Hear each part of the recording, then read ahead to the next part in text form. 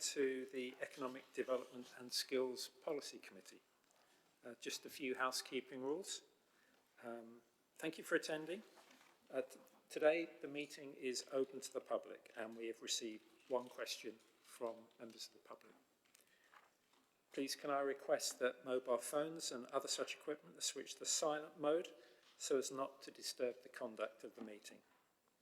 There is no fire test planned for today, but if there is an emergency evacuation, please take instruction from the Town Hall staff, and the assembly point is Tudor Square.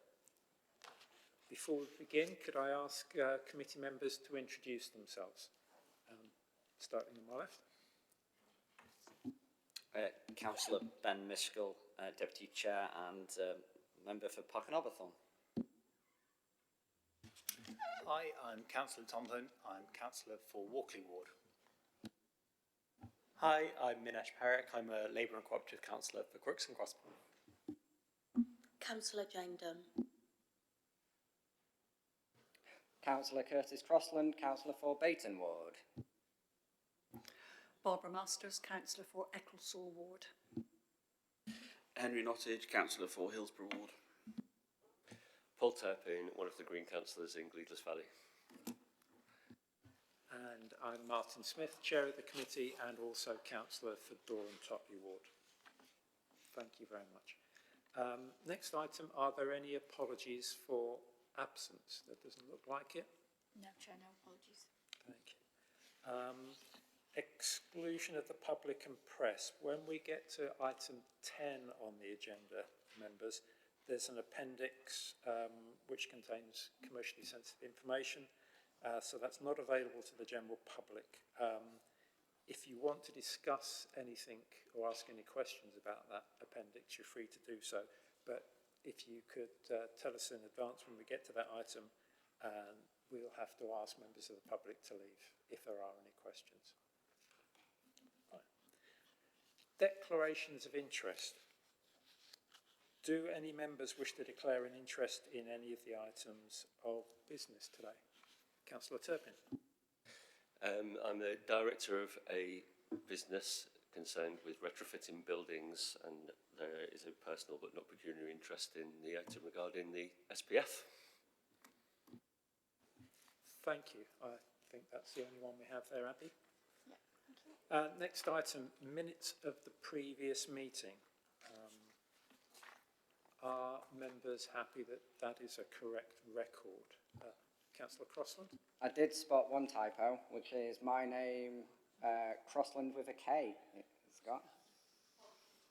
That's my rapper name. Thank you. Anybody else? That's great. It's that's not a hanging offence, by the way. Thank you. So moving swiftly on, public questions and petitions. We have received one question from Loveday Herridge. Would you like to ask your question? Come to the mic.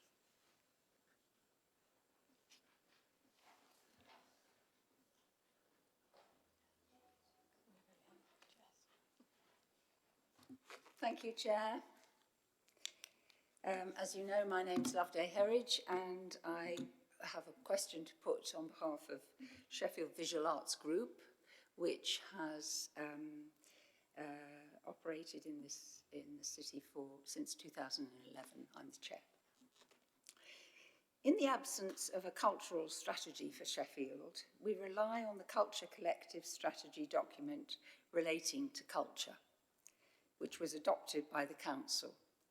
This said, a commitment has been made that in 2021, plans and next steps for the redevelopment of Graves Gallery and Central Library will be agreed in recognition of the huge amount of work that has been undertaken to date and the identification of this project as a priority for Sheffield City Council. Museums Sheffield and Sheffield Libraries and Archives Service have developed outline visions for the gallery and library. Graves Gallery will be nationally recognised as one of the UK's leading art museums. renowned for exhibitions, displays, events, and an approach that makes visitors feel connected and valued in a space where they have the opportunity to think, create, and connect. The Central Library will be a destination not only for the people of Sheffield, but also for visitors, providing world-class reading resources, digitally enabled flexible spaces, and a place where learning, exploration, and creation is available for all. The opportunity will be taken to refine and progress the vision for this building and the services currently based within it, and to position its redevelopment as a catalyst for the transformation of Sheffield city centre. So, now that it is clear that the Surrey Street building is actually crumbling, what reassurance can the committee give that these commitments will be maintained? Thank you, Loveday. And for any members of the public that may be watching, what happens after somebody submits a question is the officers draft a response and then I give it on behalf of the committee. So the Economic Development Skills Committee adopted the Culture Collective strategy at our meeting in September last year. I think you were here at the time, Loveday. I wasn't here, but I know that it did, yes. Apologies. That's all right. And that endorsed the priorities within that strategy. And it includes working with partners to progress the future redevelopment of the Graves Gallery and Central Library. There's been a delay in the development of plans for the building due to COVID pressures, a change in the economic environment, and well-publicised budget pressures on the council. However, the accommodation review is underway and supporting a condition review and an assessment of the necessary investment. Alongside this, the Culture Collective, Museum Sheffield and Sheffield City Council are progressing the options work on the future vision for the building. Resources have been made available to undertake this visioning and feasibility work on the potential opportunity of the Graves Gallery. So I hope that answers your question, and as usual, we'll be sending you a written copy of that reply. But thank you for bringing the question. Right, thank you. At this point, do I leave? I leave this desk. If you could leave the mic, you're very welcome to stay for the rest of the meeting if you choose, but we won't force you. Thanks a lot.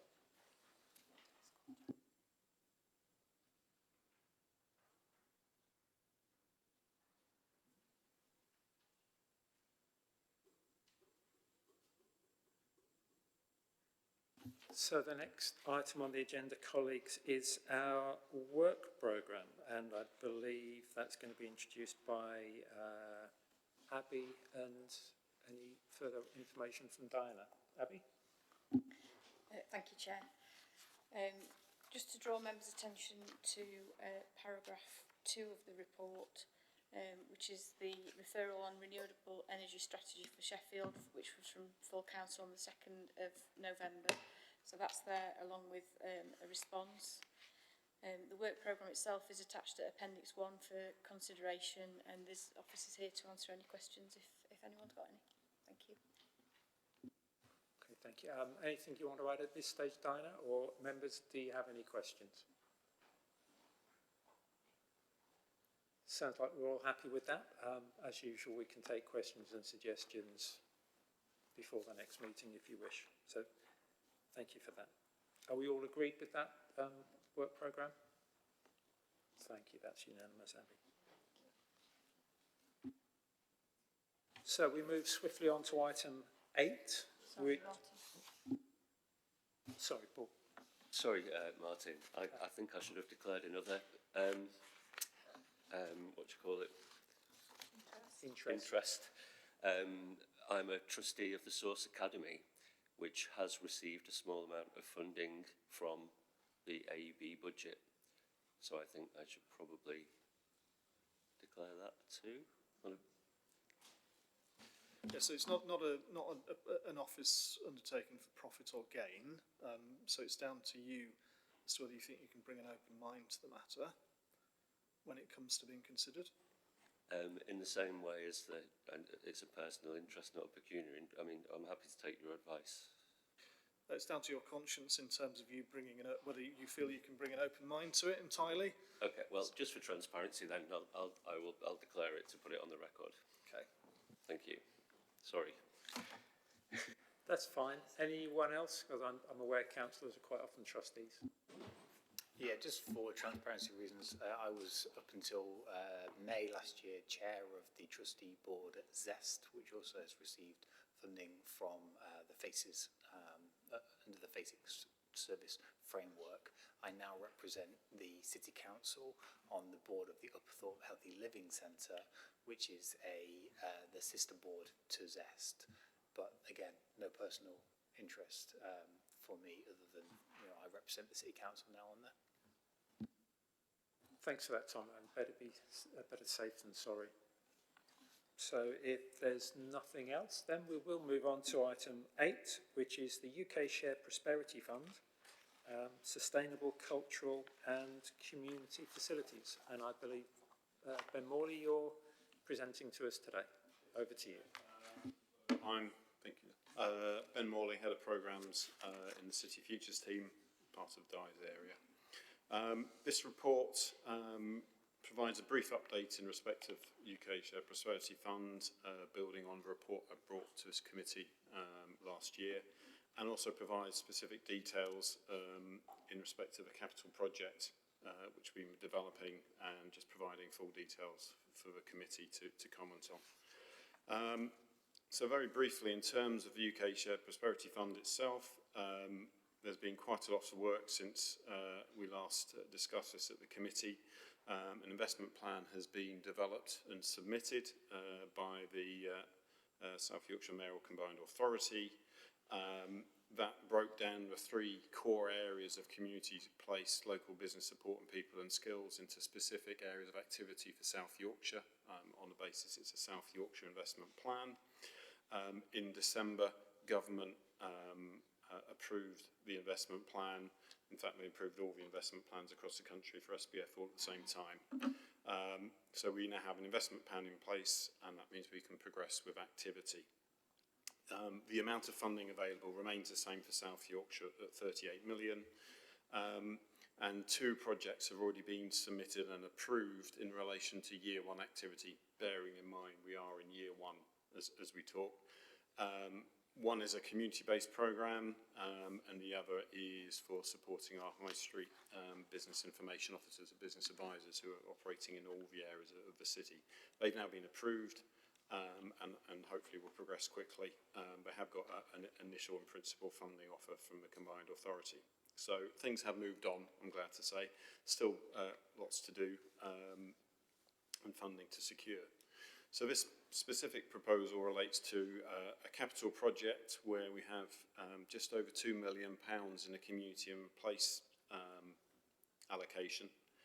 And the proposal's been worked up with officers to provide capital grants to community groups, stroke cultural organisations, providing capital support to make their facilities energy efficient through measures that and partly to address the cost of living crisis, and also reflecting still recovery from the pandemic, particularly in the cultural sector. And that was a very clear part of the investment plan, which was signed off at a South Yorkshire level. It's very much targeted at buildings and capital, so it's not for operational costs, but clearly the energy savings will contribute towards those organisations' bottom line year on year. And a secondary objective of the project inevitably is it does provide low carbon savings as well, but the primary purpose of the funding is to reduce those energy costs within those facilities. The criteria is being developed to enable organisations of all sizes to apply for funding, but they will need to have the building owner, the landlord's consent to do so if they don't own the building themselves. And given the council's position as a major asset owner of community facilities renting it out to community organisations, it's likely that the council itself may well be a beneficiary of this funding, but clearly the end beneficiaries will be those people who are seeing the energy costs reduce as a result of the interventions. The type of interventions we envisage are relatively straightforward because we haven't got a huge amount of time to develop really complex proposals on a building by building basis. So it will be things like provision of LED lighting, potentially heat pumps and associated insulation improvements, double glazing, triple glazing, all fairly straightforward, potentially solar panels as well. But we are conscious that the activity needs to be completed by March 25, and it's quite a long lead-in time for some of this activity. So there will be some pressure to make sure we can deliver the activity on time or find alternative activity if that's not possible. The process to secure the funding is through an open call, so any organisation will be able to apply and put forward an initial proposal. We will then fund an energy audit of the particular building which is put forward, which will identify the appropriate interventions for that building. So it's not a case of simply saying, I want to have double glazing, that's the best thing. It might not be the best thing for that building, or it might not generate the best results in terms of reduced energy bills. So that energy audit will be the first phase, and we are looking to secure funding because it's a revenue cost rather than a capital cost. We think we've got a source for that through the feasibility fund, potentially the recovery fund as well. With an energy audit, the organisation will then be able to submit a full detailed proposal which will build on that energy audit or specify the type of interventions. We'll be very clear about what's being delivered, also the benefits in terms of reduced energy costs and the carbon emission savings which result from the activity. And if that's successful, then funding will be provided to enable the activity to take place. The paper sets out the proposed intervention to access the funding. So at the moment, we're saying for small interventions below £20,000, it will be 100% grant, which clearly will be very accessible to those smaller organisations. But as a total cost increase, we would expect to see a contribution from the applicant, which makes the funding go further, if nothing else. And as I say, all activity needs to be finished by the 31st of March 2025. The only thing that I would want to add, which isn't the paper, but which is a late request, is whether some of the funding could also be utilised for putting in green technology within any training facilities associated with developing green skills, which seems to be a very sensible thing to do. We are working with the college to develop those type of activities. And if this funding can actually create a centre which has that technology on board, the two would go together very well, I would have thought. So if a committee is comfortable with that, then that will be included within the proposal as an eligible activity. I'm happy to take any questions. Okay, thank you, Ben. On a personal level, it's great to see the funding from the Shared Prosperity Fund coming through at long last. We've been waiting for it for an awfully long time, so it's great to see it here. So at the moment I've got Barbara, then Jane and then Henry. Thank you, Chair. Excellent. I'm pleased about the progress seems to be happening. But can bodies apply to try out emerging technologies to generate power or reduce energy demand? Or is there an approved list for existing technologies? That's the first bit. And the second bit, I'll go now because I've got 5, but I'll restrict it to 2. You know, there is a significant local knowledge throughout Sheffield that could be utilised to ensure grant applications are appropriate to the situation. Are there plans to promote the fund through LACs to ensure we can tap into the local resources? So, first question, we're not defining what can be delivered, I think, or utilised. We will be setting out, possibly for the lower end, like the easiest set interventions, choose them and go on. But if someone's looking for a higher value, then we're not going to restrict the technology. I think the critical thing is, can they ensure that it's deliverable in the timescale we're talking about? It might be fairly straightforward in terms of putting it in, so that might be acceptable. We do have outputs and outcomes to deliver in terms of what we're selling to the combined authority in respect of this project. So we will need to take that into a balance. So if we are seeing lots of projects come forward, delivering all our outputs and outcomes, that might then enable us to have a bit of balance in terms of ones which might be seen as more risky in terms of delivery of those benefits. In terms of the activity, we do want to work actually quite closely with the LACs to promote this as a way of enabling community groups, culture sector, to be able to apply and seek the funding. We're conscious that there's lots of community groups who might not have the skills or knowledge to be able to submit an application, so we want them to work with the council. And indeed, that works quite closely with the other recently approved Shared Prosperity Fund project in the communities area, part of which will be funding officers to help develop business plans for community groups. That's still some way to go, but actually that works quite neatly. If you have any other questions, you can just always email as well. Happy to take them. Thank you. Next up, Jane. Yeah, thank you. It builds, really support the project. However, you won't be surprised that I've got a couple of questions. Great, absolutely needed. We've got an awful lot of buildings that basically leak heat. We're sat in one ourselves right now.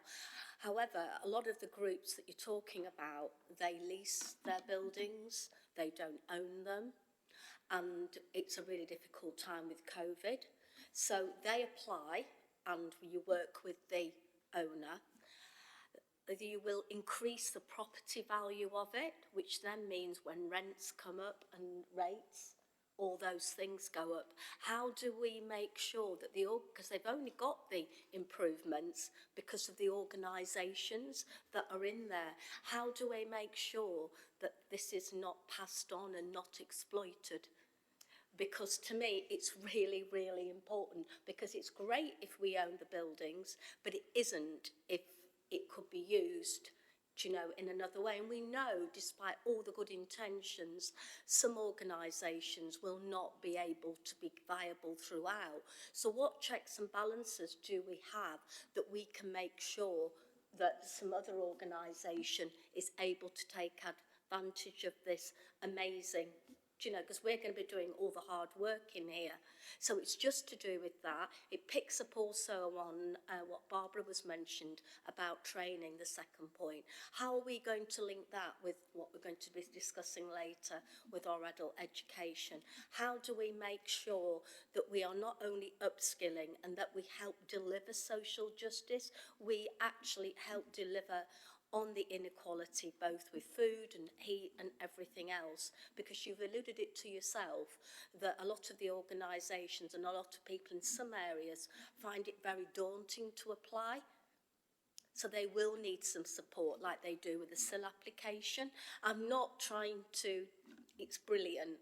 However, I want to make sure that this stays within the city, stays within the people, and, that way we're going to be able to use this as a springboard to actually encourage more economic growth and equality. Okay, I'll try and answer those. So in terms of the applicants and trying to ensure that rents don't rise as a result of this activity, I think firstly, there's not necessarily a direct link between these interventions and property values. That's been seen across the country in terms of some of these interventions are actually bog standard and wouldn't necessarily impact values. But that's slightly changing just because of the way the energy prices are going at the moment. But there's not a massive correlation between the two. I think, putting that aside, the applicants we're expecting to be are those community groups, and they will need to bring their landlords with them. It wouldn't necessarily be the landlord who applies. So the funding is directed towards the use of the building, community use building. I think we'll be asking the question in terms of if an application arrives from a community group, have you got your landlord's agreement? If that community group could negotiate that position with the landlord. We're not just going to provide the funding from a landlord who says, I have a community building, I don't care about my tenants, my occupiers, just give me the money. It won't work like that. We will need to see that added value as part of this process. But I don't think we can necessarily legally oblige a a landlord to retain rents at a certain level just because of these interventions, but I think it can happen through the process. But I take your point on board, and we'll try and put in measures to avoid that happening as best we can. In terms of a training activity, the committee's been discussing how green skills can contribute overall. I think from this perspective, the key area where there might be able to establish a link, and it's very hard to establish work being delivered by private companies, because these activities, when we provide a grant, the work will have to be procured following the regulations associated with the funding. We can't guarantee who's going to get the work, so we can't necessarily say company X is going to get this work, therefore you can go and find an apprentice or something like that. But what we are going to do is work closely, because it all sits within Di's area, fortunately, is work with the skills team to see how this can link with the green skills as it develops. There's an issue of timing here, because this funding needs to be spent now, in effect. Those skills programmes will take time to develop, but there's certainly an opportunity to at least make sure that when someone is awarded funding, they're made aware of local companies who they might want to choose to provide the activity, and we'll be working with those companies where they're interested in terms of making sure that they are aware of the skills provision which are being provided through different programmes of activity, including in the final year of SPF, probably some activity associated with green skills. It probably doesn't give you the answer you completely want, but that's probably as best as I can provide. It was a really good question, though. Really good. Thank you very much. So next up, we've got Henry. Well, thanks a lot for all the work you've done, and I hope I'll look at your report plans for the UK Shares Prosperity Fund. Yeah. Thank you, Paul. Thanks a lot for all of the work you've done and the plans we've got for the UK SPF. I've got a question about a paragraph on page 3 of the report to finance, which is page 39 of the members' pack. It says that the South Yorkshire UK, well, I guess it's supposed to say SPF, will replace EU funding to support South Yorkshire regional programmes. Is it going to replace EU funding in its entirety, or is there going to be a significant shortfall between the SPF and what we would be receiving if we were still in the EU? It's a slightly complex question. I'll try and explain it simply. So if you speak to someone in government, they will say that the final year of European funding and the first full year of UK SPF are broadly the same in total. So there's no net loss of funding as a result of that. I think from a delivery side of activity, two key issues. European funding is provided on a long-term basis.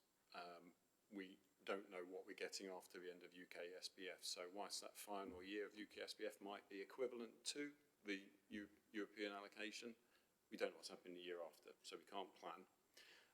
And likewise, there's no uplift figured into the allocation of UK SPF in terms of inflation generally across the board. So it's not a like for like, and obviously inflation has eroded a huge amount of public funding over the past 12 months.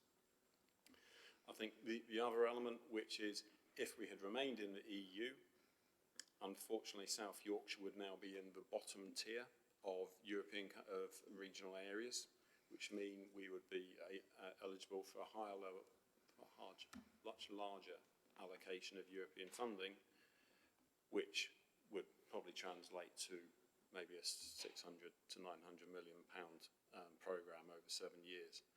But that's theoretical. That's the likely position we would have been, but we're not. And we have to work with what we've got. Theoretically, you can do a lot with £110 million a year. Yeah. That's it, thanks. Thank you. Next up on the list, I've got Ben. Thank you, Chair.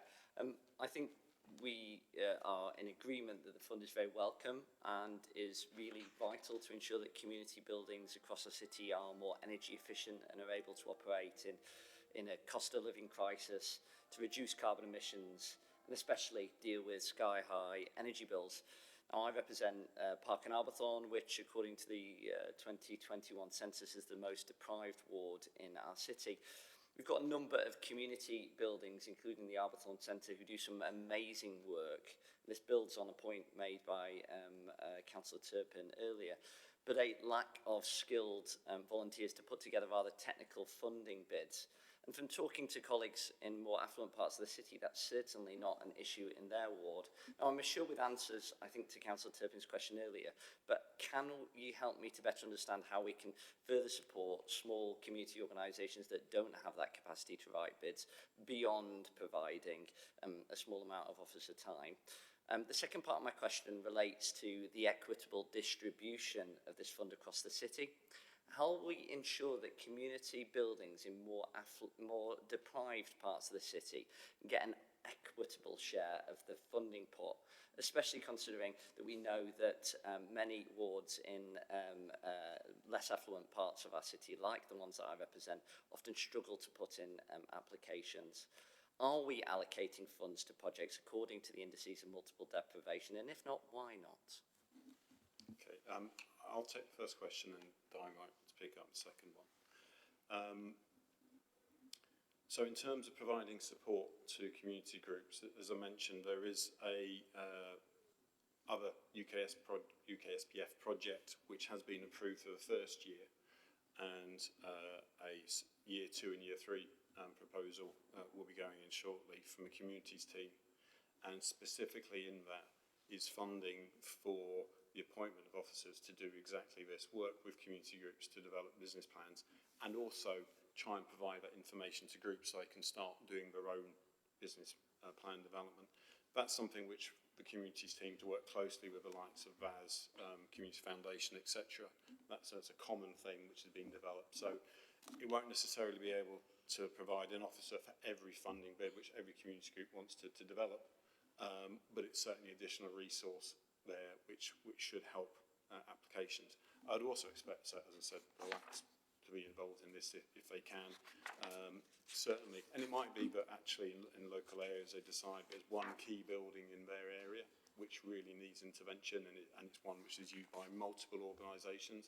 That might be the one to target on first of all and sort of put the effort behind. But that's for communities and each area to decide. In terms of a distribution, I think that has been an ongoing issue for quite a long time, and that's why I'm going to ask Di to pick it up rather than me.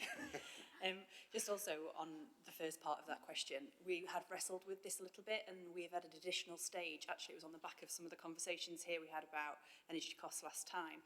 So the energy audit element has been added in, and we're trying to find additional funding for that, because that takes away some of that technical need in communities to do it, so we can put somebody in to do the energy audit for them, so they've not got to identify the things that are needed to be done themselves. So the initial expression of interest is quite simple and easy for any community group to kind of fill in really, but if they do need support in that, we'll use the LACs and ourselves to help people do that.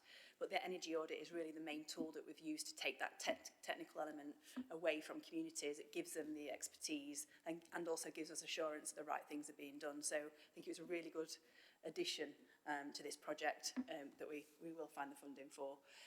So in terms of the second element, I think we've done an awful lot of learning for this through the Economic Recovery Fund and really understand how and what communities need to kind of access the fund. So we will be monitoring where the money is flowing into, and so we'll keep that reporting back in terms of if there is a big distribution, and as we do with the Economic Recovery Fund, if there is starting to be an imbalance, we proactively work with other areas. So we'll do that through using councillors in their area, through the LACs and through the community groups that we're doing. So we will try our best to make sure that there's an equal distribution across the city, and certainly that the most deprived areas that need those community facilities in the longer term are benefiting from this fund. Thank you. And next up I've got Tom, and following that it will be Minesh. Thank you, Chair, and thanks for the presentation. I suppose I've got two questions, both of which relate to the fact that as members of this committee and as councillors, we are stewards of public money and need to ensure that it's always invested efficiently and equitably. The council has separately chosen to invest 3.5 million into a renewable energy fund to focus on greening council-owned property. Could you just talk a bit more about how this programme will be complementary to that and make sure that I'm keen that we make sure that there is aligned as closely as possible so that we make sure that we're getting the most kind of bang for our buck in terms of the combined impact of over £5 million of investment in a very similar area to green the capital estate across the city. The second question is about some of the decision making that will take place following the energy audit, which I think is a really good additional step in this process. Do you have a sense yet of over what time period would the assessment be made about how the bills for these organisations would come down? Is the primary aim to reduce the bills in the here and now in the cost of living crisis, as is referenced in the report, or would an assessment be taken that actually, if this investment was made over the duration of 20, 30 years, the bills would be in a better position? So, could you just perhaps say a little bit more about over what time period you'll be assessing this? So in terms of that last point, the audit itself will be very clear in terms of, for each measure it identifies, it will be very clear in terms of how much is that measure likely to cost to implement, so fitting an air source heat pump, for example. It will already undertaken an assessment of the building and its existing utilities bills. Using information and knowledge about the type of equipment that could be used, it will then calculate the energy savings in terms of kilowatts. You can apply that to then the cost at that point in time of electricity and gas. So it will then be able to say over that period, whatever period, the savings will be. And importantly, when we've been running a very similar project for businesses, those audits have been very clear about the payback time, where we're asking businesses to make a much larger contribution to the cost of activity. So they're making much more informed decisions rather than just saying it's a good idea. They can be very clear about the payback period, and at which point actually it becomes cost beneficial. So that will be carried out as part of the audit, and that will have to form part of our sort of selection process. Although I think the key thing is, I think initially it might be a case of we just need to get action moving because this funding stops in March 25. We can't carry any over, so it's important to make sure that we don't make things too complicated for ourselves in that assessment process, and I want that to be a really quick process because we can't afford delays. In terms of the first element, can you just remind me? The alignment with the three. The alignment with. I'm glad you wrote it down. Should have brought a piece of paper. So we're working very closely with the sustainability team who have sort of set up the 3.5 million, and also with the facility management team. So it's not a case of the economic team just going off and doing it on their own. We're working very closely with them. I think two fundamental issues. I think firstly, as you say, the LRF is just for council-owned property. It's also just for renewable electricity generation. It's not necessarily energy efficiency. This project is allowing both to work together. I think secondly is that 3.5 million LRF is not going to go very far across the council's estates. It might be that might be best doing some showpiece, larger interventions. We've discussed potentially with schools, for example, that might be a good area where sort of young people can see the benefits of that, and the parents, so it's an educational tool as well. And also the council estate isn't just community buildings as well. So this is very much the primary use of the building has to be a community use.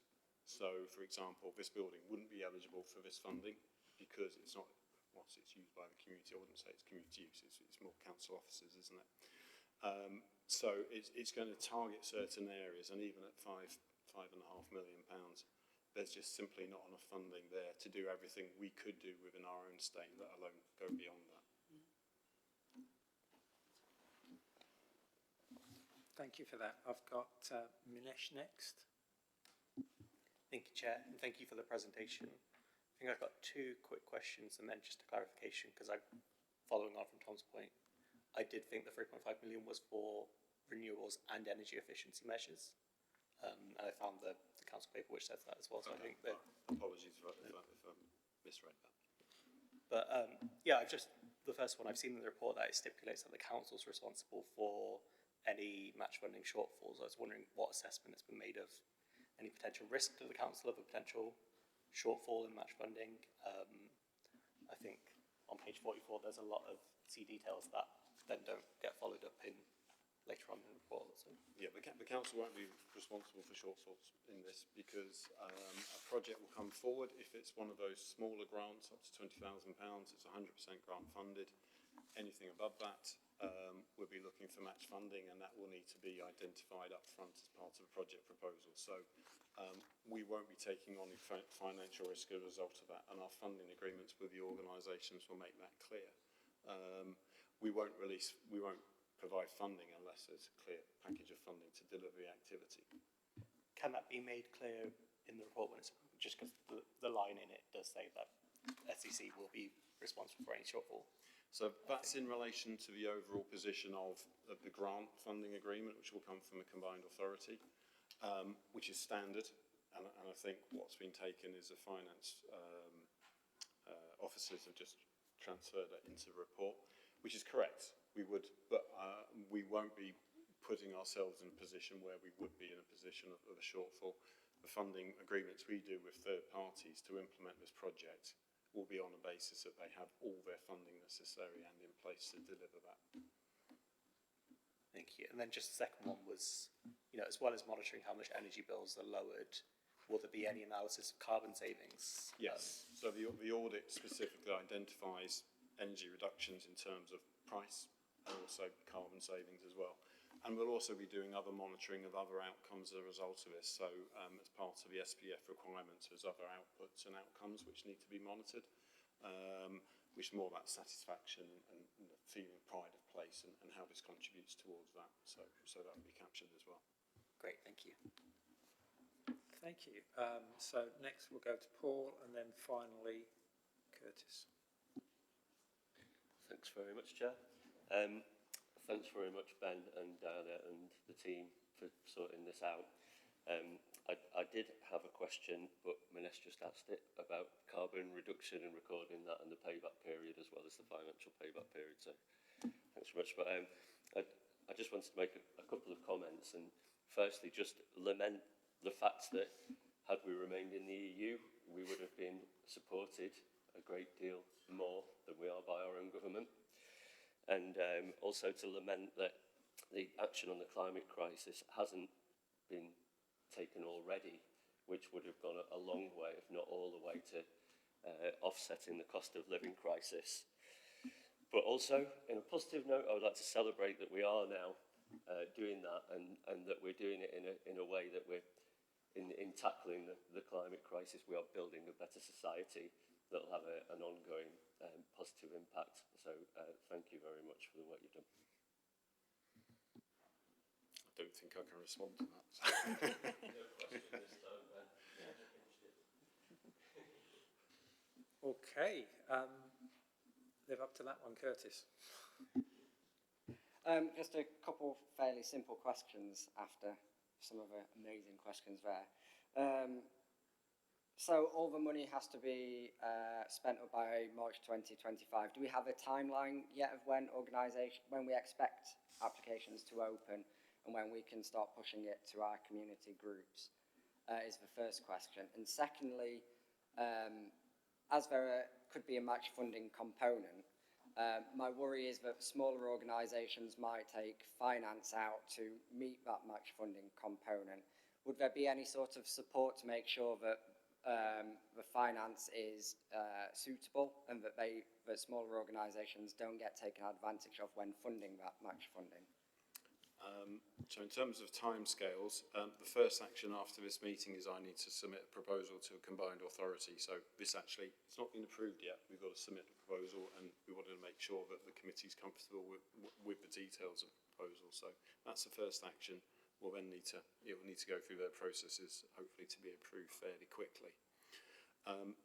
There's still, I think, some work to be done with officers in terms of relating it to the Local Renewables Fund, relating it to the Council's own accommodation review, which is ongoing, which you're aware of.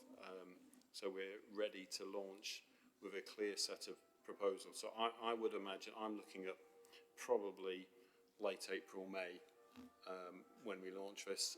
Also potentially engaging with an organisation such as South Yorkshire Community Foundation or the likes, who might be able to help facilitate this, particularly at that smaller level. And that might be the area to address your concerns about individual groups. I don't think we would be in a difficult position sort of in terms of advising individuals, organisations about borrowing. We're not approved organisation to do that type of thing, so we would have to be very careful about that. But if an organisation comes to us saying that they are borrowing, we will ask the question, can you afford it? But we can't advise directly, otherwise that puts us in a very difficult position as an organisation itself. Thank you. And Jane, you had a very quick... I will be, thank you. Have had a red flag when you mentioned schools, without a shadow of a doubt, making sure that our children are in a warm, safe environment, and the major underinvestment by the government for decades on our education system. However, there is an ideological push towards academisation.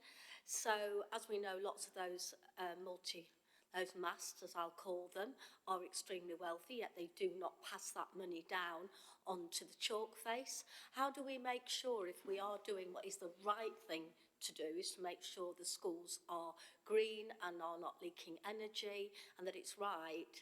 How do we protect our money? So, because that's where I would want to know. okay. I know I'm being negative here, however, it's public money, and I have no problem when it's needed.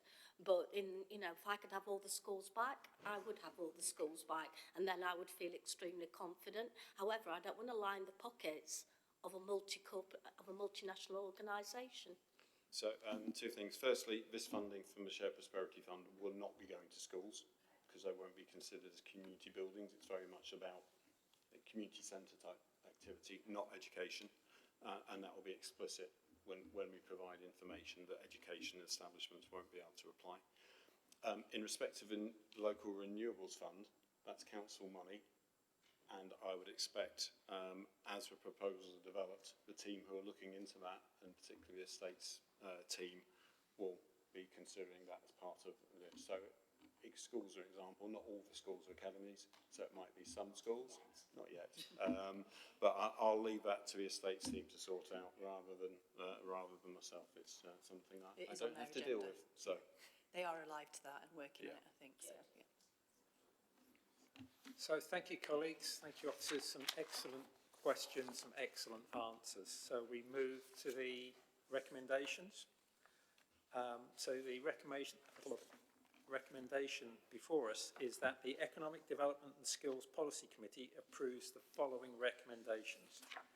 That 2.2 million UK SPF capital funding is used to provide grants to improve the energy efficiency performance of buildings used primarily in the cultural and community sectors. And the second recommendation, that the draft eligibility criteria and grant levels are progressed as part of the detailed funding application to the South Yorkshire Mayoral Combined Authority. Are we all agreed? I'm seeing nods. Does anybody disagree? You can't disagree I'm with your not own. disagreeing. Sorry, Chair, if you don't mind, if just in terms of, I made reference to the fact that the funding might be utilised to to provide energy efficiency measures within training facilities for green skills.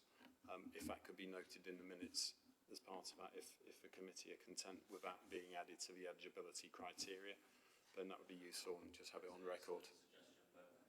Thanks for that, Ben. I'm seeing nods all round. Are we all agreed? Anybody disagree? That's carried unanimously. Thank you for a great presentation. Thank you very much. Thank you.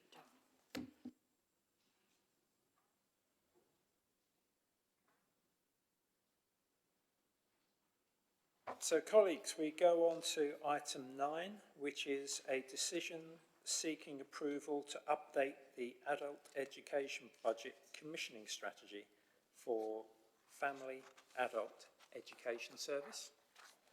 And I believe it's Eleanor and Di again. Just No pressure. Over to you, Alana. Yeah, thank you. So Lifelong Learning and Skills receives and manages a proportion of the adult education budget from the South Yorkshire Mayoral Combined Authority.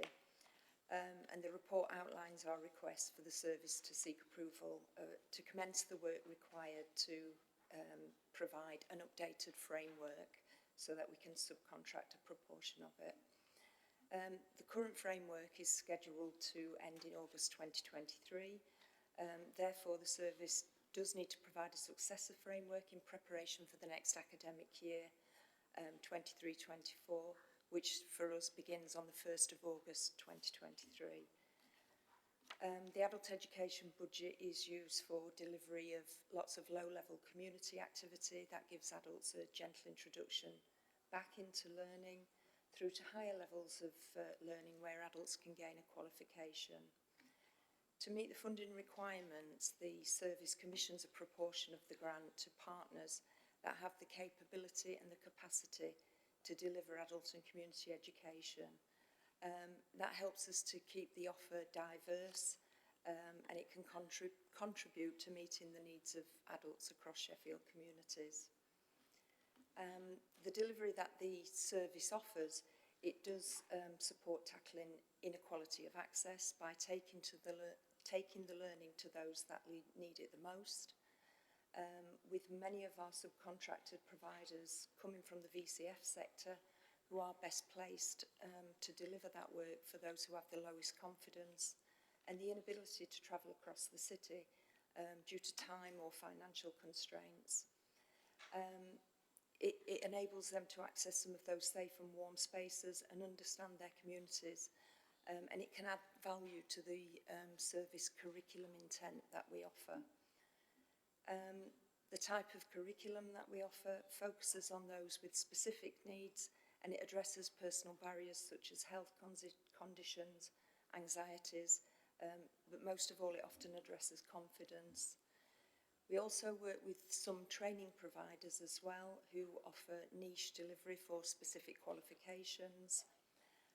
But the service annually consults with partners via surveys and focus groups so that we understand what communities need in our offer. Learners are always at the heart of our offer, so we always have a cycle of consultation with learners to ensure that we are delivering and subcontracting the right learning delivery for them.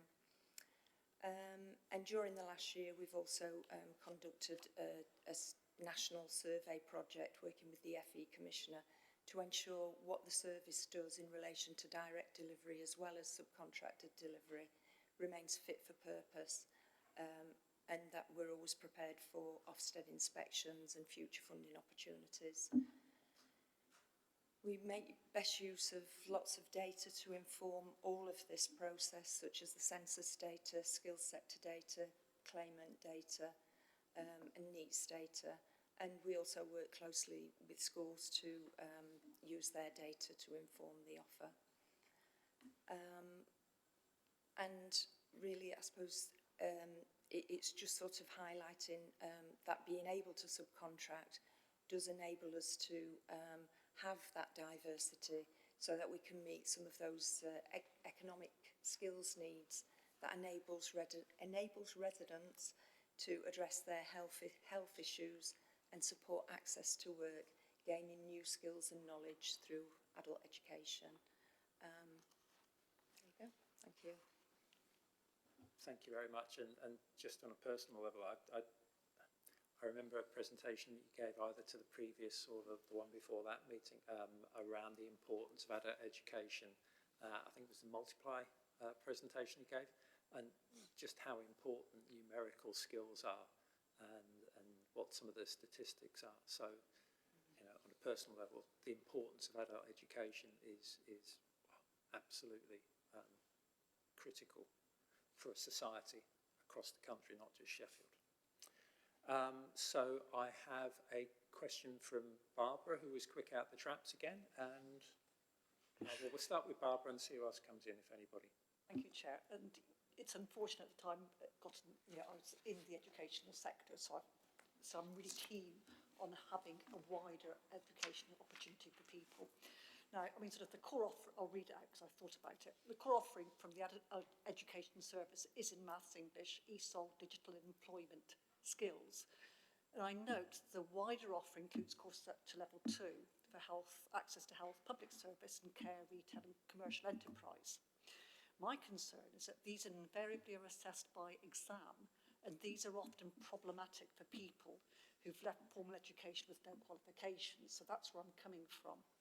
Can you clarify whether only courses leading directly to a qualification will be offered, or will there also be opportunities to learn practical skills, such as sewing skills, simple DIY, food production and processing, growing and cooking, without any formal assessment? These can help people with the cost of living crisis, as well as their general well-being, doing something that interests them and is useful. And the second main thing is sort of, I noted in the note, in the pack, there's a partnership with a number of multiple networks, including Sheffield parks, galleries and museums. Can you just give us some examples of what learning opportunities are offered there?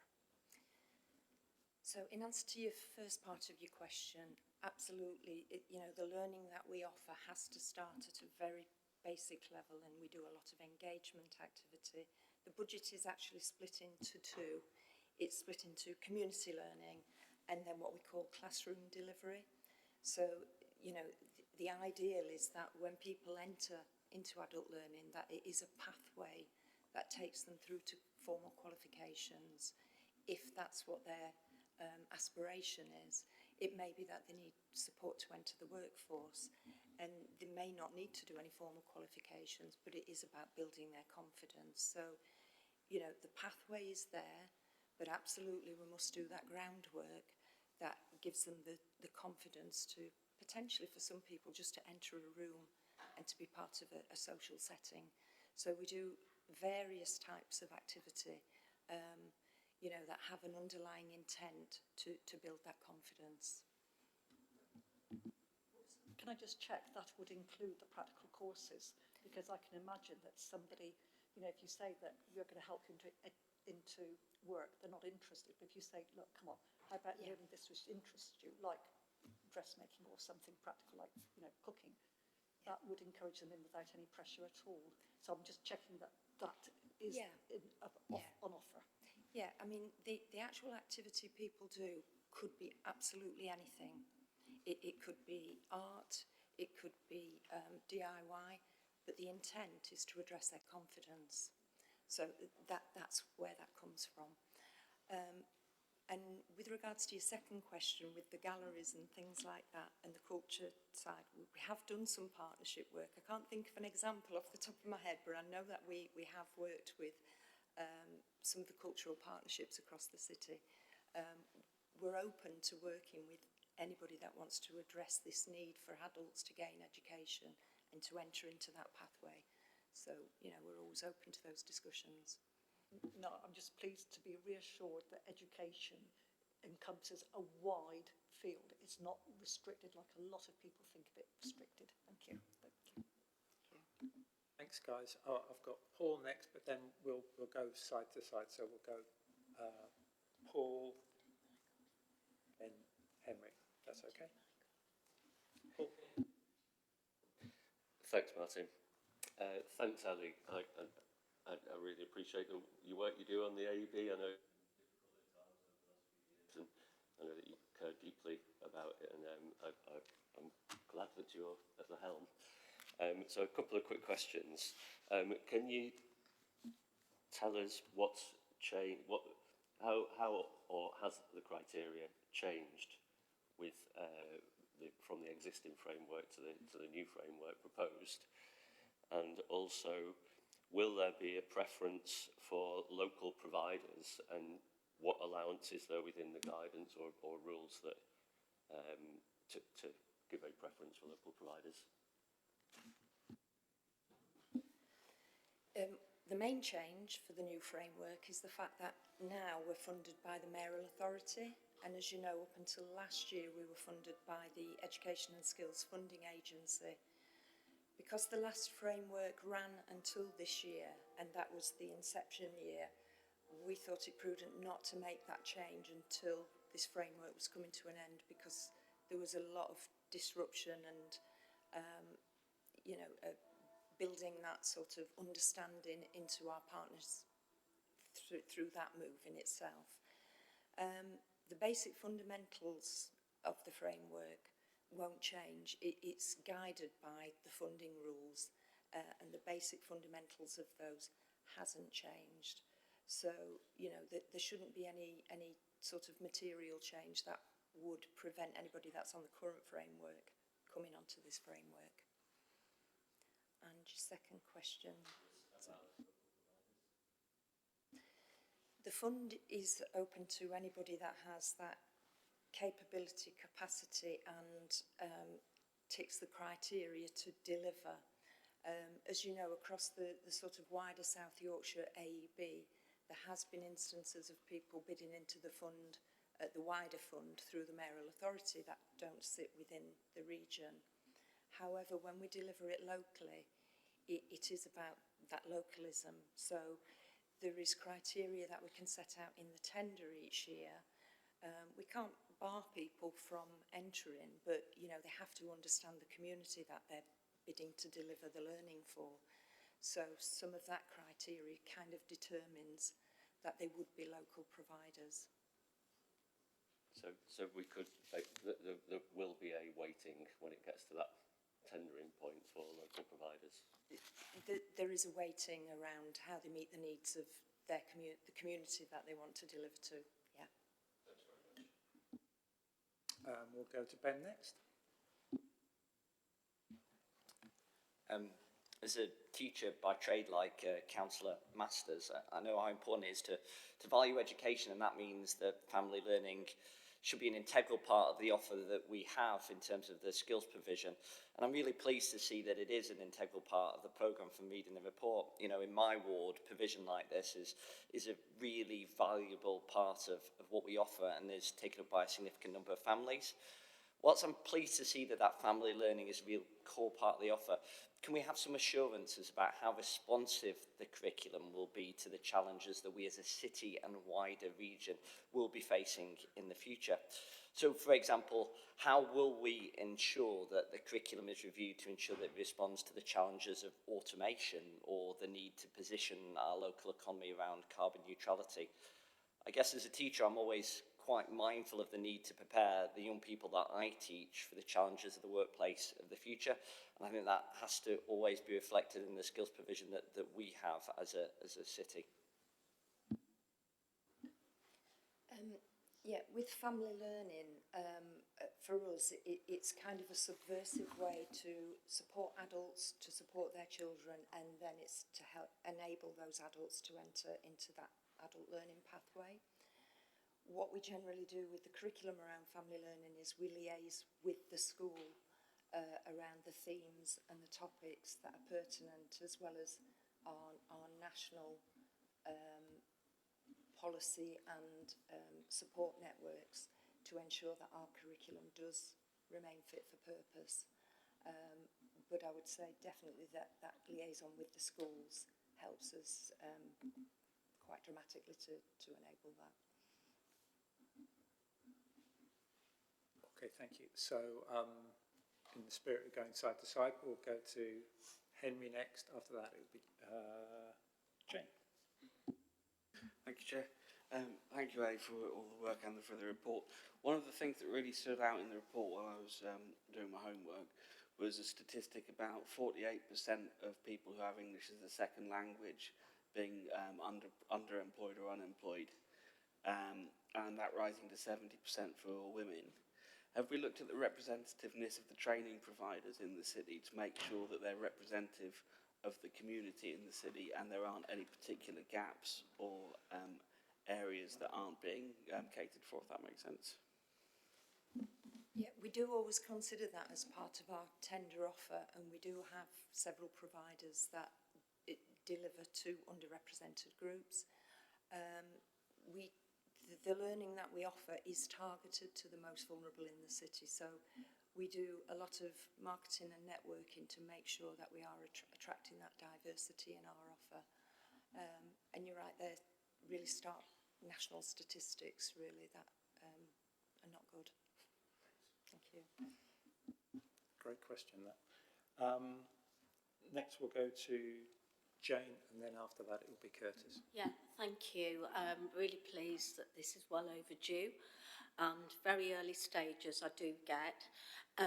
However, recently you've heard about the Dryden Digital, which was a pilot that we launched in my ward in Southey, which was targeting the whole estate.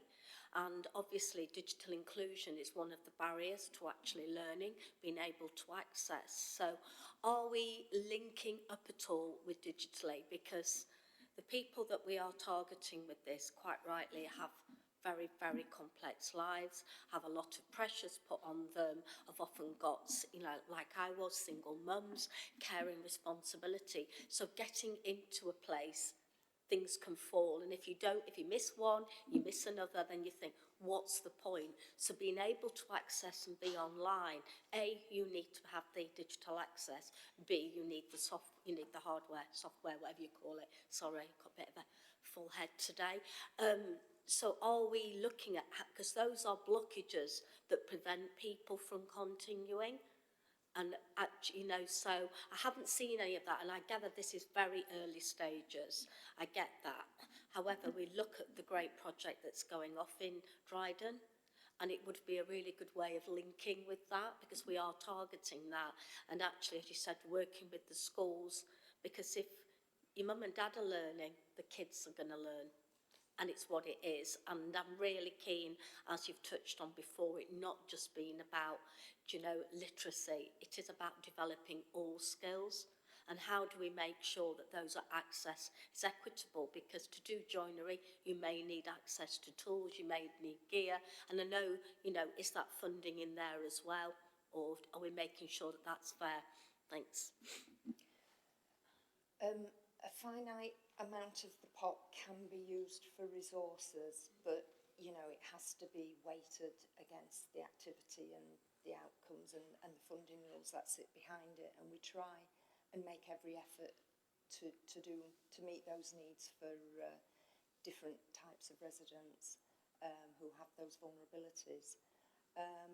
We have tried different initiatives, but we're always looking to partner with other projects and services to try and do things together, because that often works.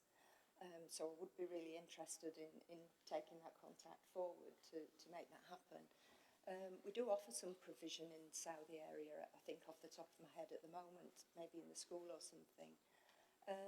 We do have essential digital skills as part of our offer. But what we always try to do, when something comes sort of into the system where we're asked to deliver it as a qualification, we always look at what sits behind that.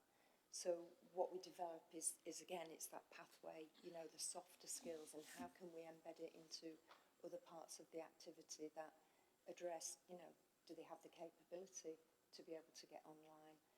You know, is there an expense, and how can we work to sort of address that? And we build people up to that point. And again, it's about building the confidence of them wanting to sort of access doing a digital qualification. But absolutely, we'd love to look at those partnerships as we develop through the year. Thank you. Thank you. So we'll go to Curtis, and then it will be Minesh. Thank you. As we've heard from everybody, I think, who's spoken today, that lifelong learning is incredibly important, and is something that the council really needs to push going forward as well, for the economic growth of our city. So this is a continuation of an ongoing project, isn't it, really? It's just a renewal of a framework. So when this was last agreed, were any success factors agreed? Do we know that we're succeeding with this? So what are we measuring? And then in, what was it, four years' time, looking back, how will we know if we've succeeded after we've voted for this today? Sorry, I wasn't actually working here when the framework was put in place 4 years ago, but I think what you're talking about is the ongoing delivery work that we do every year. And we do have certain criteria that we have to meet to understand if what we deliver is successful. The framework really is just enabling us to build that diversity in our offer and work in partnership with others across the city.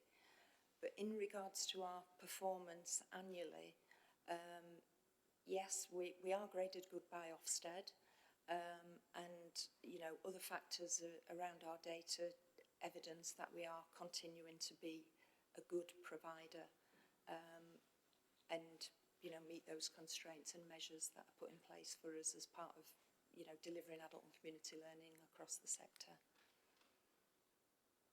So do we know that more people are getting into work and feeling, I suppose, happier and having more confidence, as we spoke about earlier? Do we actually know that we're succeeding with that? We do have some evidence of that. We have some it's very small in proportion to the wider adult education budget that's delivered, and we do have some data evidence and lots of anecdotal evidence of success. Learners, they join us, they stay on the course, they move through the pathways and succeed and come back and talk to us about the things that it's led on to for them, such as going to university, gaining a job, feeling more settled in the UK, all of those different factors, and we've got many success stories. Thank you. Thank you. We've got Minesh and then finally Tom.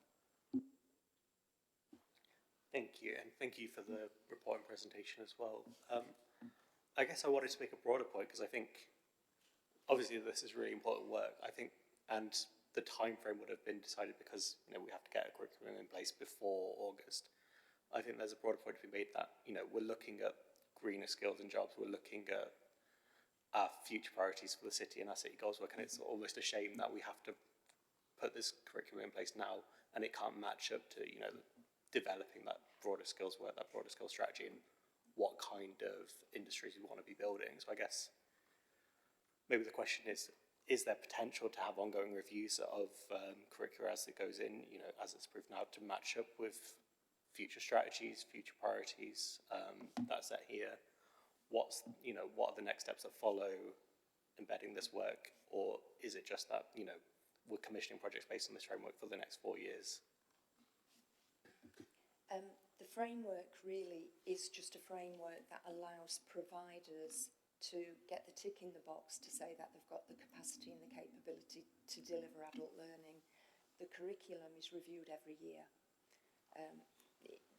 you know, in line with all the information that we've presented. So yes, there's definitely a chance to change it. Thank you, and finally Tom. Thanks, Chair, and thanks for the presentation. My question builds very much on Councillor Parek's last question, and I'm pleased that the curriculum is reviewed every year to make sure that it's fit for purpose, because yeah, in the here and now we know that the lack of skills that people have hold people back today from accessing the labour market, accessing public services, and going on to further education.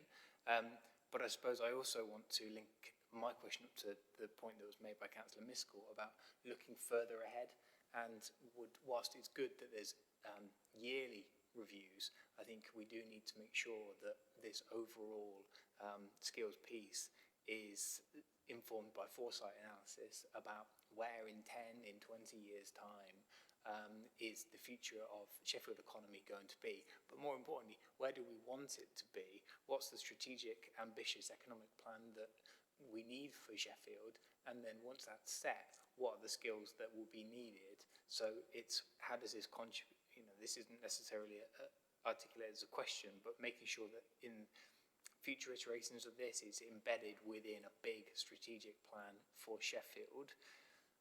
There is a question part to this, which is that for me would be dependent on issuing multi-year contracts to some of the providers. And can you give us assurance that there will be multi-year contracts issued as this, because that not only gives employment certainty to the staff who are involved, but it also is less disruption for learners, and I'm sure will lead to better outcomes for learners. I don't disagree with what you're saying. Unfortunately, we're driven by the constraints of the funding and the funding rules that sit behind it. We get issued our funding on an annual basis, but that does come from, the national sort of government rules, really, and the mayoral authority. Although the funding is devolved to them, we haven't been able to sort of raise those discussions that can drive it in that direction because they are constrained by the national funding rules. It might be a good opportunity to work with the MCA on a Devo 2 ask that actually multiple funding years and flexibility is really good in this space. So I don't think right now it's not something we as a council can commit to because of the way we receive the funding, but as devolution moves forward, it might be an ask that we can support the MCA with of government. Chair, if I may, can we as a committee sort of, if we agree, suggest that that is a good way forward, that this council works with the MCA through this committee to develop or to at least open up a discussion about the need for multi-year funding frameworks here, because it's hand to mouth for some of these providers every single year, and I think if they would achieve better outcomes if the MCA was in a position to be able to issue multi-year funding to us so that we could issue multi-year contracts. I'm certainly content with that. Just pointing out that the chair of this particular committee also sits on the SYMCA skills board. So through that, whoever that may be in the future, that cooperation and link is already in existence. But Councillor Turpin? Thanks, Chair. Tom, I think that's a really good and valued point, and it certainly was raised by providers from the community to me as well, that to give them confidence to employ someone at the very least. I think if we can make that happen, it'd be excellent. And also that I think you yourself, Tom, and also Curtis, what Curtis was saying also suggests that the committee should really have a bit more involvement and oversight in the way that adult education is delivered by the council. And too often we only see the people from the education department to approve the commitment of a project, and to be more involved in and as it runs its course would be really beneficial for everybody, I think. Just quickly, Di. It was just to pick up on that point, and also the point you were making about the strategic link, and just to say that we are starting to bring these things together. So the City Goals work is going on, and on Monday actually we're having our first Sheffield Employment and Skills Board in an informal setting to bring providers, universities, colleges and ourselves together to start to look at adult learning as well as their whole employment and skills remit. That will, working with the MCA, help us to set a bit of a better framework and clear kind of council and city priorities around education and skills and employment within that. So within that we can have that debate around, what do we want to get out of adult education, and we know that already, but I think having it in a strategy and saying it out loud and having some clear evidence to say we are delivering that will be really good. So that work is going forward, and members will be engaged in that work. In fact, at the next committee we're going to be giving you an update on that work around the employment and skills, where things are up to and where you want to get involved. So I think the opportunity for that is definitely there in the next kind of 6 to 8 months as all of those things get developed. Fine. I think everyone's, by the look of it, is agreed on that, and so the next MCA board meeting, I think it's the first or second week in February. If you guys can give me a brief as to how to articulate that to the board, I'm certainly prepared to raise that with them then. So, in addition to that, the recommendations before, is it a quick one, Jane? Okay, is it if it's a quick one, yeah.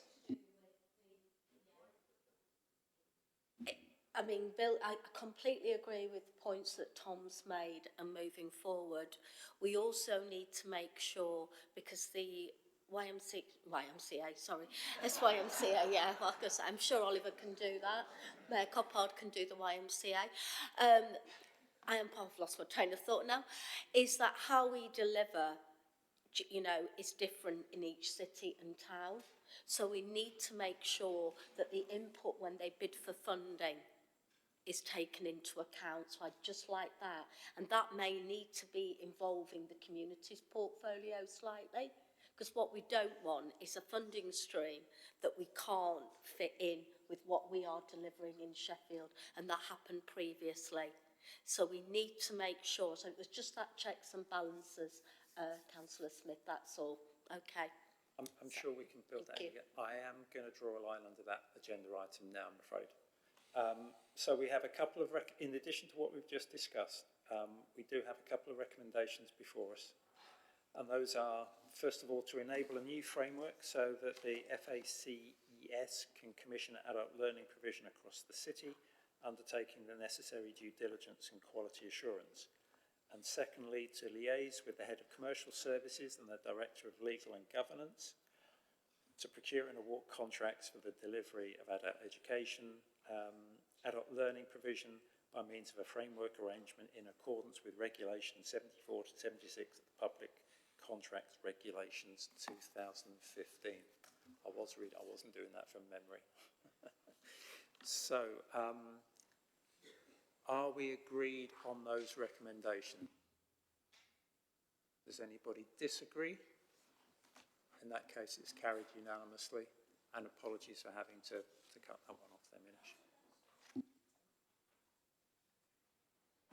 So I think we're doing okay with time, but if we can keep the remaining questions and answers as succinct as possible, I'm sure we'd like to finish on time. So the next item, colleagues, is item number 10 on the Local Visitor Economy Partnership. And just a quick reminder, any questions on the confidential appendix, we'll have to turn the cameras off. So if you have any questions on that, I'll take those at the end so we don't keep continually going in and out. So we've got Wendy, Diana, and Emma. Shall I introduce sorry, ourselves? I'm terrible with names. So over to you guys. Yeah, my name's Emma France. I'm the service manager at the moment for Marketing Sheffield within the Diana's team. Hello everybody, I'm Wendy Elliott. I lead on visitor economy in working with Emma closely and across Diana's team. So our report concerns work around and the opportunity of kind of boosting the visitor economy in Sheffield. So we're here to talk around lots of visitor economy stuff. And also the current remit of the Marketing Sheffield team. So I think it's just worth pausing and saying what Marketing Sheffield is, just for a bit of clarity. So Marketing Sheffield is our small but perfectly formed and dynamic team of 8 within economy, skills and culture. We are currently known as a DMO, which is a destination marketing organisation, of which there are many across England. And our work concerns visitor economy, but basically bringing in national and international audiences around the 3 areas of trade, talent and tourism. So we look after the Sheffield City brand, we bid for conferences and events, we work on campaigns to bring in city breakers, both nationally and internationally. We do a whole host of things, and also it's probably worth just mentioning that we work really hard on supporting our businesses in the sector. So our travel, tourism, hospitality businesses, particularly after the work that we did during COVID, which enabled us to get much more close to those businesses. So it's really important that obviously we recognise that when we're talking about the visitor economy, it's not just about bringing people in, it's about supporting the businesses that are in Sheffield and what makes the place really, and the experience and the vibrancy in Sheffield. So our report is looking for support in that Marketing Sheffield would like to submit an expression of interest to apply to be a local visitor economy partnership, known now as LVEPs, as we move away from DMOs. We would like to do that through the Visit Britain formal process and undertake any additional work that we need to make sure that we meet that criteria. Why are we here? There's been a need for a change in the national landscape. Every city, town, region is currently calling itself a DMO. For DCMS and Visit Britain and Visit England, that's very chaotic. You can imagine there's a lot of different organisations that want to be involved in national strategy. and they want to streamline that. So they launched a review, which was known as the Dubois Review. You may or may not have seen it. It was authored by Nick Dubois. And recently, the UK government published its response to that independent review of DMOs, Destination Management Organisations, and asked for a creation of a tiered, accredited approach to the national landscape.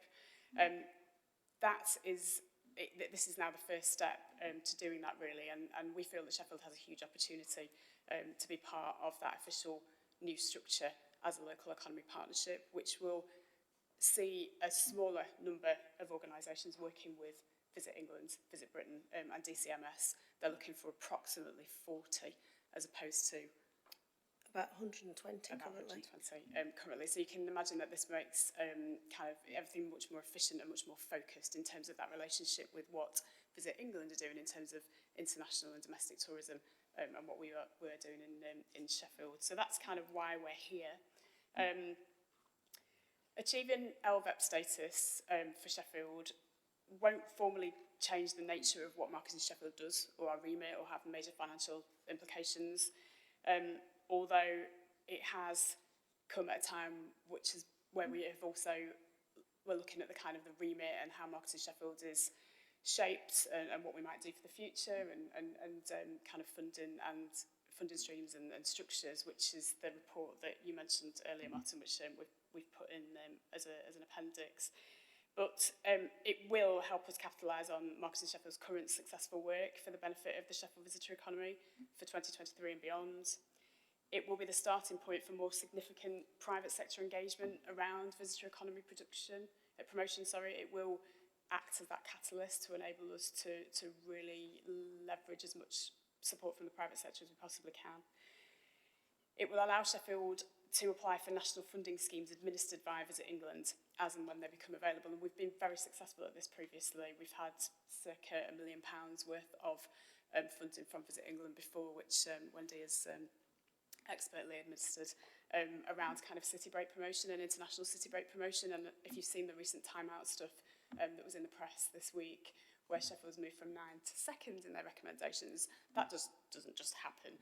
That's because of work such as the international city break promotion that we working very closely with Visit England on that. So we've got a really strong relationship with these guys already, and we want to continue that. It will allow strategic support from Visit England. I mean, obviously there's a wealth of expertise there in terms of this landscape. Our involvement in the national strategy, so we can steer and shape. Our involvement in their national and international campaigns, particularly the international stuff that they do, and also other activity that they get involved in. We will have a seat at that table. And more locally, it will allow Sheffield to lead the way in South Yorkshire on developing national and international audiences and reputation. And that's really important for us as a city. And we see that this has already, even in the discussions, strengthened our relationship with the South Yorkshire Mayoral Combined Authority and their interest in this area of work. We are able to provide expertise and access to the national framework on behalf of the sub-region. So we meet most of the criteria for the expression of interest that we're working towards submitting in January, which is the deadline. There are a few pieces of work that we need to kind of complete, one of them being a reviewed destination management plan. But we're really excited at the potential that this gives for Sheffield and the visitor economy, and we're basically seeking your support to do that and then to start this journey, really, of which the EOI for the LVEP is the first step. Happy to take any questions. Thank you. Did you want to add anything, Wendy, or answering questions? I think it is just worth reiterating. If we don't move forward with this LVEP accreditation, we don't get a seat at the table as a tourism destination with DCMS and with the National Tourist Boards. The impact of that is the 15,000 jobs that are currently supported, 15,000 FTEs that are currently supported through the tourism industry, visitor economy in Sheffield will take a hit. The £1.1 billion of economic spend that comes in through that visitor economy will become less, and the 17.3 million visitors that come into Sheffield actually will stop coming The impact of that is also that through relationships with Visit England, bids for funding to organisations like Arts Council England are likely also to be impacted because they will be taking a steer on working with LVEPs as nationally recognised organisations. So the implications on going forward for our cultural offer, as well as the visitor economy in its widest context, are actually quite significant. Thank you for that. I mean, Chair's prerogative. I remember during the Women's Euros when we had, it was just so obvious the benefit that visitors to the city can bring both economically, socially and culturally. I remember the day when somebody told me all the hotels are full. All the hotels are full, and what a boost that can give. So before I open it up, another apology, Emma, for forgetting your name. So, who was first? We'll go with Minesh because I cut you short last time, and then we'll go Minesh, Barbara, Henry. Thanks, Chair, and thank you both for that. Just on your last, sorry, was it Wendy? Just on your last points, Wendy, obviously you just mentioned some of the key figures that we could be impacted if we don't do this. Do you have any forecasted figures of benefits we might see from doing this as well, or any analysis of? We would hope to see that we continue the uplift that we were seeing in 2019. So we use an economic modelling report, which is called STEAM, known as STEAM. It's the Scarborough Tourism Economic Assessment Model, for want of a, if you want to go and look that up, I'll leave that with you. We commissioned that in 2019, got the report in 2020. What that showed was that whilst our visitor numbers were remaining around the same, we were seeing an increase in economic value of more than 8%. We're about to recommission that for a 2022 report. The intervening years, we don't need to worry too much about what the value is. We know that the bottom fell out of the tourism market completely. We would like to see that. We would like to think that we will continue to see that kind of uplift. Even with numbers staying around the same, we know our hotel occupancy is now recovering well, according to statistics we can see. But the value, the amount of money that is being spent by those visitors here is increasing. Okay, thank you. So next up we've got Barbara. Thank you, Chair. Yeah, I think it's great. I'm all for this because I think we punch way below our weight and the potential is huge. And this is really my question. Is there a breakdown of what is currently being bringing in the visitors? Is it cultural events related to music or theatre, outdoor city-related events, city centre events such as Christmas market? There's a whole range of them. You know them. And I'm asking this because I wonder if you've identified a Sheffield asset that could be further developed, such as our landscape and built and industrial heritage. I mean, we've got many attractions that don't seem to be packaged in a way to attract visitors, yet other cities seem successful in doing this. And I know that Joined Up Heritage have views on this because I've followed some debates. Is it something you're actively exploring? Because I'm just thinking, sort of beef up your bid for LVEP. I'll just give my response, and then I'll move on to Wendy. She might add something to it. One of the things that we were doing through the Discover England Fund, which was the £1 million where we were promoting Sheffield as the European city break, was looking at those assets and how they package. And actually what we find is that it's not usually one attraction that brings people to Sheffield, it's the whole experience. And what we learned through that was the outdoor city is a really good marketing tool that gets people's attention, but they also want that city experience as well. So it's very much around packaging those things together in an itinerary. And I think that's where I kind of take your point, some of the things they've packaged. So that's what we've been learning over the last kind of 4 years, how we package and sell the city as this kind of cultural, outdoor, multifaceted place. And that's what I think is getting real traction, rather than it being just driven by one attraction, because we've not got as many in the city as other places. But do you want to add to that at all, Wendy? I think worth just bearing in mind that, as with every city, we have a finite number of experiences. How we package those, as Diana said, gives us a more infinite way of meeting and what audiences need. Pieces of work that we're continuing to do, and again, benefit of being aligned with the National Tourism Organisation, is we can use their audience insights. So actually we understand the audiences and their different needs, and those different audiences actually will take different packages from us as part of the city. So lots of different niche audiences in many cases, but they make up the sum of the parts. So, you know, that 17 million visitors, that more than £1 billion economic spend is made up of all of those different experiences there. You've said exactly what I want to hear. Thank you very much. Brilliant. I'm pleased you've got something to build on. Yes. Thank you. So next up I had Henry. Well, thanks for that. It says in the report that LVEP status will help be the starting point for more significant private sector engagement around visitor economy promotion. One thing that's been implemented in other areas is a tourist tax where £1 per head per night is levied on all accommodation being provided in the city, and that then comes back into the organisation that's doing the promotion to get more people coming in, and it becomes a gift that keeps on giving. Is that a funding model that you'd be exploring under LVEP status in order to make this a sustainable thing that keeps on going? I'll come in and I'll bring others in if need to.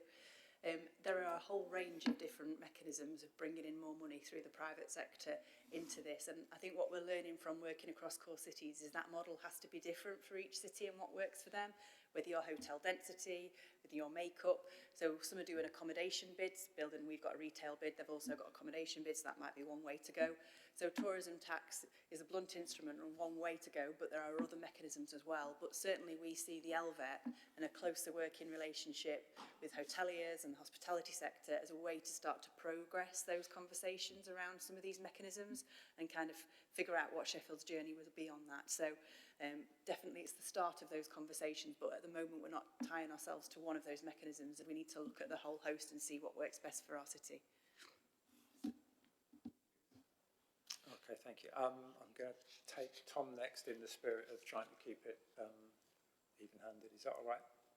And then I'll come back to you, Paul. Okay, thanks, Chair. Thanks, Paul. I think this is really positive and fully support, because this is an exciting time for Sheffield and there's lots to look forward to, and this is just the starting point to attract more people to the city and to grow the size of the overall Sheffield economy, but to grow the slice of the economy which is reliant upon visitors to our city. So it's loads to build on, and the Time Out rating this week is just unequivocally good news that we should all be very happy about and celebrate. And I don't know if anyone has seen the front page of the Star today. Far be it for me to disagree with the Star editorial line, but it makes the point that perhaps other cities in the north of England may not be so happy. I'm going to take a slightly different view to the Star editorial line there, which is that we're in a interconnected northern economy, and we can't forget Leeds and Manchester, and nothing will hold us back further if we engage in rivalry with cities, but also if we forget that our transport links to attracting more city visitors here are utterly dependent on the connections that we have to Leeds and Manchester, because Leeds Bradford is now the only regional airport in Yorkshire. Manchester Airport doesn't have a direct link to Sheffield. These are big problems, and as a council and as a committee, I think we need to be putting pressure on the rail companies to improve the cancellations, poor performance that they're having, the reliability of their services, and make sure that we are doing all we can through the offices of this council to improve those transport connections, because that will hold back the city. So there's not really a question there, but I just think it's good news, and there's much to build upon here. Thanks. I think it will probably be just worth saying actually that we work very closely with our equivalents in Manchester and Leeds. We are all very, very good friends. So we work across north. And interestingly, we had a session this morning where we're seeing an uplift in the Welcome to Sheffield website, which is our kind of tourism website, of people visiting who are based in Leeds and Manchester. and that's not happened for some time. So, you know, that we do have really, really positive relationships. We work very closely with them on kind of referring conferences around the north who want to go to different cities. So I think you're absolutely right. I think that, you know, the kind of loss of the Manchester Airport link has provided, it's been challenging, certainly in the area that I work in terms of bringing international conferences in who are actually flying in, and then that connectivity to the city. So anything that we can do there is really important. Thank you. And on a personal note, can I just say politically, the pivot from local visitor economy to Northern Rail and the closure of the airport was deeply impressive.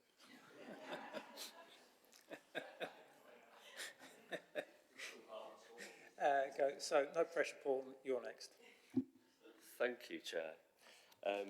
Thanks very much, Emma and Wendy, for all the hard work you've done to get Sheffield up to number 2, and making it clear the value of art and culture on the local economy. I say that Time Out are excellent people and obviously have their heads screwed on. I don't know who Marseille's been sleeping with to keep us off the top spot, but it must be a hell of a city. So 2 questions is, and actually in the spirit of how Tom mentioned working collaboratively with our regional partners, are our colleagues, the other local authorities in South Yorkshire, are they buying into this too? And the other question is, what risk is there that if government policy changes on this, that sometimes, you know, in the past, Sheffield's been kind of caught out by adopting the mode of the day, and then the mode of the day changes. I'll come in and then I'll bring the guys in as well. There was 2 points I wanted to make as well, which are exactly these. The first is around South Yorkshire. So most people who are submitting LVEPs are doing it at their city region, their MCA geography. Our MCA haven't done a lot on visitor economy to date, but we are working really closely with the other local authorities at officer level, and everybody knows and supports us going in for the LVEP. The confidential report that you will have seen, it's okay to share this because it's not commercially confidential, has recommended that long term the LVEP moves to a South Yorkshire geography, that there'll be a lot of advantages for that in terms of scale of funding, relationship with government. So we're very much putting this LVEP proposal in with a view to it working at South Yorkshire geography. So we're opening the door for kind of South Yorkshire. So straight away we'll want some representation from the MCA and other South Yorkshire local authorities on the board. So they are absolutely supporting us in this. I think there's a journey to kind of go down as we work together even more, but that relationship is there and the support is there. And in terms of the risk around government policy, at the core of the LVEP, whatever you call it, is better public-private sector relationships. And we already have really good relationships with the private sector. They're perhaps not formalised. So actually, I think what is at the heart of this is a board where we meet together and make collective decisions. And that will be an asset to our city, whether it's called an LVEP and is flavour of the month or not. But so I do think it will be a good thing, even if government policy changes. I did just want to highlight the risk around the accreditation. So there is an accreditation pack that you will also have got with your paper that we've got to meet those criteria. There are some risks around that as well. So this expression of interest says that we're interested, but we have then got to get through that accreditation process. And as we're a city, not necessarily an MCA geography applying, there could be some risk there. However, across the rest of Yorkshire, other MCA geographies or collections are kind of applying. So there would be a gap in South Yorkshire, kind of, if we didn't get through. So we are working with Visit Britain to understand kind of that we're on that journey. But I just wanted to raise the accreditation point. So you agreeing that we could submit the expression of interest doesn't get us an LVEP. It doesn't stop us doing the good work of the public-private sector work and putting the board together, which we're going to start immediately. Is there anything you want to add to that, guys? The accreditation process, we don't get to see the application process until we've gotten the EOI in, but the draft criteria is split into 2 sections now. One is core criteria, and we can meet that by formalising our process.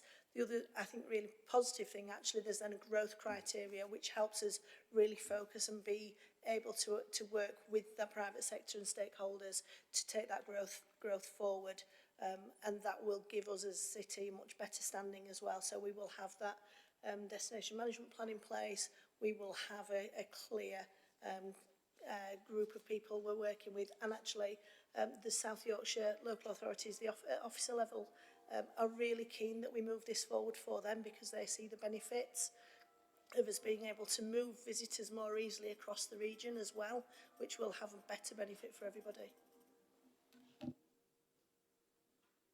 Thank you. And then finally, Curtis. Thank you, Chair, and thank you for putting this report together. I agree with everything in it. So this isn't really a question, it's more building on what Barbara said earlier about marketing Sheffield. And it might be helpful if the committee, or maybe councillors outside of the committee as well, see some of the work that you've been doing to market Sheffield, because obviously we're not the target market, we live in Sheffield. So it might be good for us to see some of the work you're doing, and then we can stay on message as well when we're out visiting other places. I think it's also what's also really important as well, and might be beneficial, is kind of to help everybody understand the breadth of the visitor economy. Because when we think about visitor economy, we think about city breaks, don't we? We think about, but a lot of it is around kind of academic conferences coming in to support kind of the work that we're doing in terms of research. It's about the events programme. So it kind of, it touches lots and lots of other areas that are really important to the economy. So I think it would be really beneficial. And obviously, we are often, a lot of people often say to us, oh, we haven't really seen what you're doing. Well, it's because we've been in London, an exhibition, or you've been in Berlin talking to, kind of travel writers and stuff like that. So yeah, I think that'd be really worthwhile. Could we just take an action to put something on the work plan for that? Because one of the things the committees are supposed to be doing is looking at performance. So it would be really welcome for us to bring a presentation around some of the brand development that we've been doing, give you some examples, some of the visitor economy stuff. We'd really welcome showcasing that as well. So if we could put that into work plan, if with agreement, we'd like to do that. I'm seeing nods around that, and I'm conscious that Loveday's still there. I'd be interested in the, forgive me, colleagues, I forgot who asked the question. What is it that brings people to the city? And we mustn't forget culture, as well as all the other things like the outdoor city. So yeah, I think we're all agreed with that.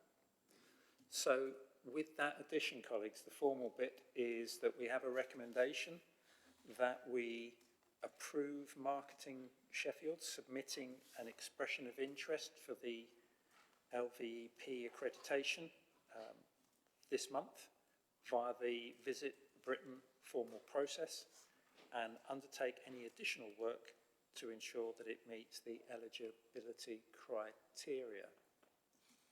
So is that something on which we're all agreed? Anybody disagree? In which case it's carried unanimously. Thank you very much.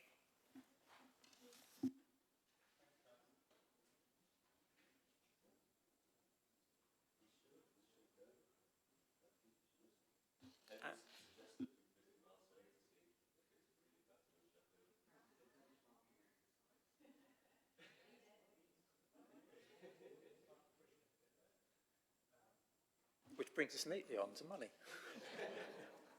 So item 11 is the month 8 monitoring, and we've got Jane presenting the latest scores on the doors. Sorry, Hi. Barbara, you wanted to raise something? No, I didn't detect that anybody wanted to ask a question on the closed session stuff. So there's some interesting numbers in there, but as we said originally, confidential, councillor only. Okay, sorry for that. The money. Hi, my name's Jane Wilby, for those who've not met me before. I'm the head of accounting, so I'm bringing an update to the committee on the council's financial position and also the committee's financial position. So this is a standing item on the agenda, so it's a year-to-date report, so a lot of the narrative that you see in there will remain the same and has been the same throughout the year. So the position that you've seen is the month 8 position. The last time you got an update was month 6, which was the September numbers. Month 8 is November numbers. We're currently closing out month 9, but that's not quite ready for the committee just yet. So the in-year position of the council's general fund is reporting an overspend of 17.1 million. That's an improvement from the previous month, month 7, which was an 18.7 million overspend, so the improvement of 1.6 million. The majority of that improvement came from our investment balances. So we are holding strong investment balances, strong cash balances for the authority, and favourable interest rates at the moment has meant that we've actually benefited from that quite significantly, to the tune of about £1 million that we've released into the forecast this month. The main areas of overspend, similar to previous months, it's in social care. So in adults, we've got 11.6 million, and in children's, it's 6 million overspend. The first section of the report kind of gives you the overview of the council. We've talked a little bit about the reserves position. So you may have heard about the 70 million risk reserve that we've got. So the sort of overspend this year is kind of, you know, giving us a remaining amount to play with, which will, you know, be available to us for next year to manage that overspend position.